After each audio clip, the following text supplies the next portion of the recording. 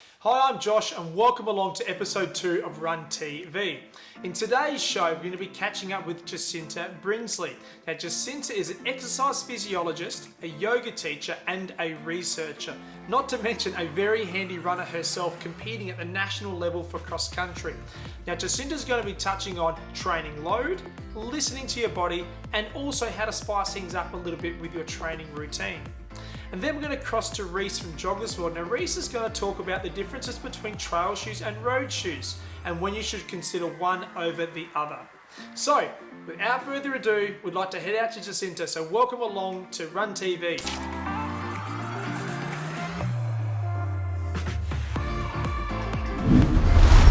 Hi everyone, I'm Jacinta. I'm an exercise physiologist, a yoga teacher and a researcher. My job involves prescribing specific exercises to help people move better, move more, feel better and achieve their health and fitness goals. In my younger days, I competed as a national cross-country runner. However, I thought I would try my luck at sprinting when I got to uni. So from having experienced both ends of the spectrum, in addition to what I've learned over the years working at the biomechanics lab and Inform, as well as working with a whole range of people from elite athletes to weekend warriors to people just trying to get back from an injury, I'm going to share my top 3 knowledge nuggets for all you runners out there. So number 1, the concept of starting small and progressing slowly. If you're just starting out or if you've had a break from running for a while and you're getting back into it, start small and progress gradually. As much as we like to jump in and hit the ground running, your tissues need time to adapt. The biggest thing that predisposes people to an injury is doing too much too soon when your body hasn't built up the capacity. What we're looking to do here is start you off where you feel comfortable. So for instance, that might be running 2Ks and then increasing the load, which in this case is going to be distance or pace very gradually, allowing your body time to adapt and respond. And then we repeat this cycle, so on and so on, you get the idea. What happens is that the cardiovascular, the respiratory, the lactate and the musculoskeletal system are all able to adapt over time. They can tolerate more load and that they work more efficiently. This allows you to run further, faster or for longer. Now, this path isn't always linear either, so sometimes you're going to have to listen to your body, which brings me to my second point. Point number 2, listen to your body. It is the smartest piece of machinery ever invented. As runners, we quite often like to stick to the training program very strictly, and we like to push ourselves. And whilst that is definitely so important, I'm also a huge advocate for listening to your body. It's not just a collection of bones and muscles. So many different things affect your performance, like the obvious ones of food, sleep, and stress levels, which regardless of how obvious stress can be, we also have subconscious stresses as well. But then there's also more subtle things like hormones, gut health, and vagal tone, which can affect how we feel, our performance, and our recovery. So don't be afraid to modify or alter your training program as you need. Learning to understand and trust your body's messages is a huge key in the quality and longevity of your running. It can be difficult to discern when to push and when to pull back for sure. And at Inform, for example, we use Whoop bands as a way to track recovery. And there are a lot of tools on the market that can be helpful to get some objective data on your recovery so that you know how best to train on any given day, as well as our performance stats, which we love to look at as well.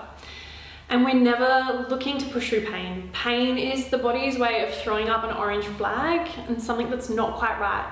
And we want to prevent orange flags from turning into red flags. So making sure that you're getting the right support and treatment from your healthcare professionals.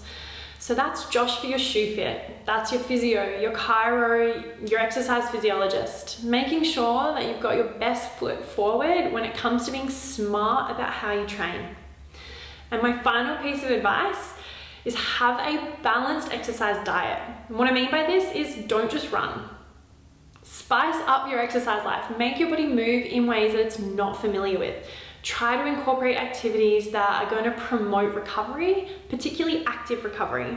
So whilst massages are really nice, what's even better is if you can make sure that you're giving your body the following 3 pillars: mobility, stability, and strength. Now, these 3 things are going to enhance your running performance. These are like the multivitamins of exercise. Your body needs them to move optimally. So this could be things like yoga or Pilates or strength training, anything like that. So to recap, start small and progress slowly, listen to your body, it knows what it needs, and have a balanced exercise diet. Thanks. Hi guys, so today I'm going to be talking about one of the more common questions that I get asked, and that is, do I need a dedicated trail shoe to run off-road?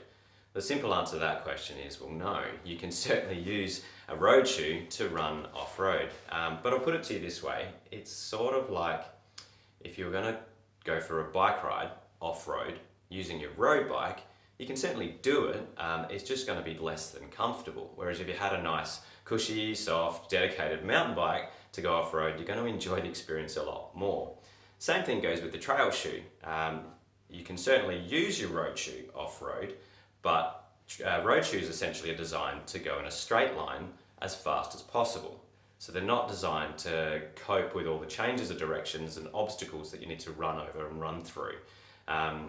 Essentially, a trail is a surface that's unpredictable and uneven.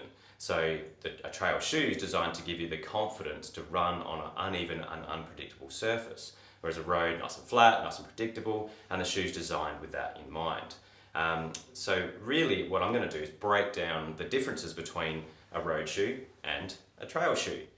So starting with the upper of a trail shoe, the first thing you'll notice is if you look at the actual weave of the mesh, you'll see it's a tighter, more close-knit weave. Main reason there is to actually limit the amount of debris that can actually get into the shoe. It's still going to be breathable and adaptable to your foot shape, but it's actually going to stop foreign objects or reduce foreign objects going into the shoe.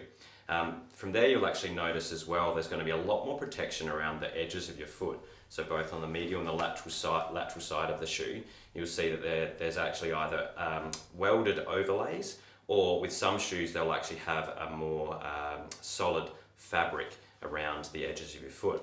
There'll also be a bit more of a toe guard at the front of a shoe as well. Other features you might notice as well with trail shoes are a stitched in tongue. Because you'll be changing directions a lot on an uneven surface, the tongue itself being stitched in is going to reduce the chance of it slipping around and moving from backwards and forwards. And then some trail shoes also have what we call a laces garage or a lace pocket at the top of the tongue as well to actually tuck away the laces and keep them nice and neat. When considering the cushioning element of a trail shoe, it's really important to find that good balance, or that right balance for you between cushioning and feedback. So what I mean by that is if you have a higher stack height trail shoe, so more material underneath your foot, but also softer material, you'll find that your perception of what you're running over or stepping on will be reduced. Whereas a firmer, harder midsole or a closer to the ground midsole, you'll find that your perception of what you're stepping on is higher, so your feedback is greater, so your ability to adapt to the terrain is increased. But it's about finding that balance between the two. So some people will want to have that real firm feel so that they can feel every pebble and rock that they're stepping on and be able to adapt to that.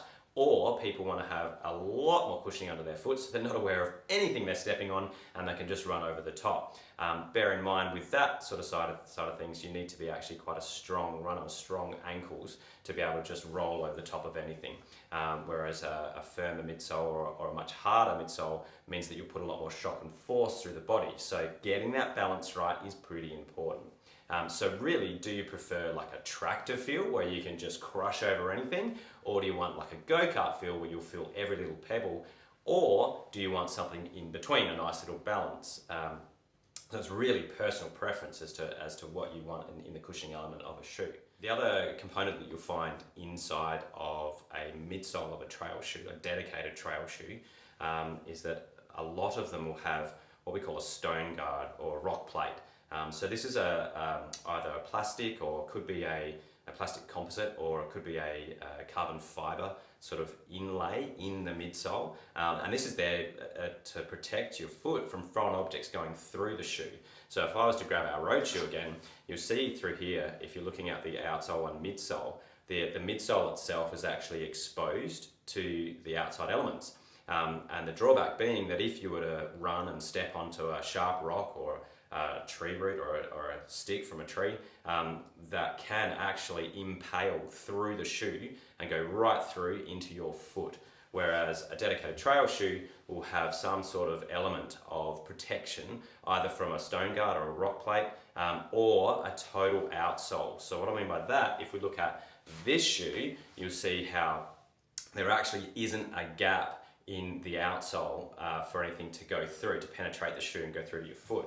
Whereas again, if we compare it to the road shoe, you can see how there are gaps in the outsole, so that there's essentially a threat point to your foot from foreign objects going through the shoe. And then moving from there, we're looking at the outsole component of a trail shoe. So the outsole is literally the rubber which touches the ground. The difference between a road shoe and a trail shoe is the compound in which this outsole is made from. Road shoes, because they're on a harder surface, the actual compound is a lot harder. That increases the durability of a road shoe, but if you take that off-road, it actually reduces the traction. Whereas a trail shoe, the compound of the rubber is a lot softer. So a softer compound rubber means you'll have a lot more traction just from the get-go. So straight away, not even talking about the lugs yet, I'm just talking about the composite of the rubber. If it is a softer compound, you're going to have better traction straight away. So better traction, more confidence. And what was the main thing you need for a trail shoe? As that's that confidence to run on an uneven, unpredictable surface. So then if we look at the actual lug design of a trail shoe, the lugs themselves play a major role with how they deal with mud. So mud itself, obviously when you're on trail, you're going to come across some wet patches, and especially moving into winter as we are now, you'll find that the lug component of the trail shoe might be something you want to consider. So looking at this particular outsole, you'll see that the lugs aren't that extreme.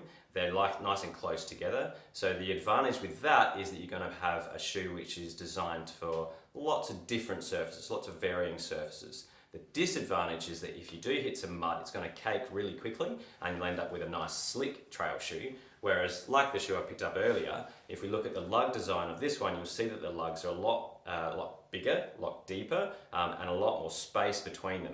The idea there is going to have straight away better traction in a mud environment, but also the mud's going to drop away from the shoe a lot quicker as you get out of the mud. So really something to consider is, when you're looking at a trail shoe, is where are you heading and when are you going to be running? Do you want something that's going to run on a lot of varied surfaces and is not going to deal with mud that great? Or are you heading to really sloppy surfaces where that shoe is going to deal with it a lot better?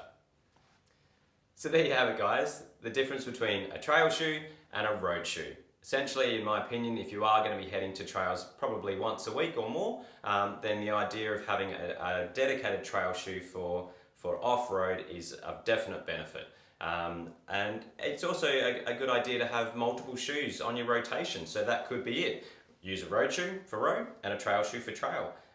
Both shoes will last longer if they're used for their design purposes. So thanks a lot, Josh, and back to you. That's nearly a wrap for episode 2 of RunTV. Thank you so much for tuning in. I'd like to take this opportunity to thank Jacinta Brinsley for coming on board and giving us those 3 nuggets of wisdom. And also Reece from Joggers World for giving us a lot more information on the differences between trail and road running shoes.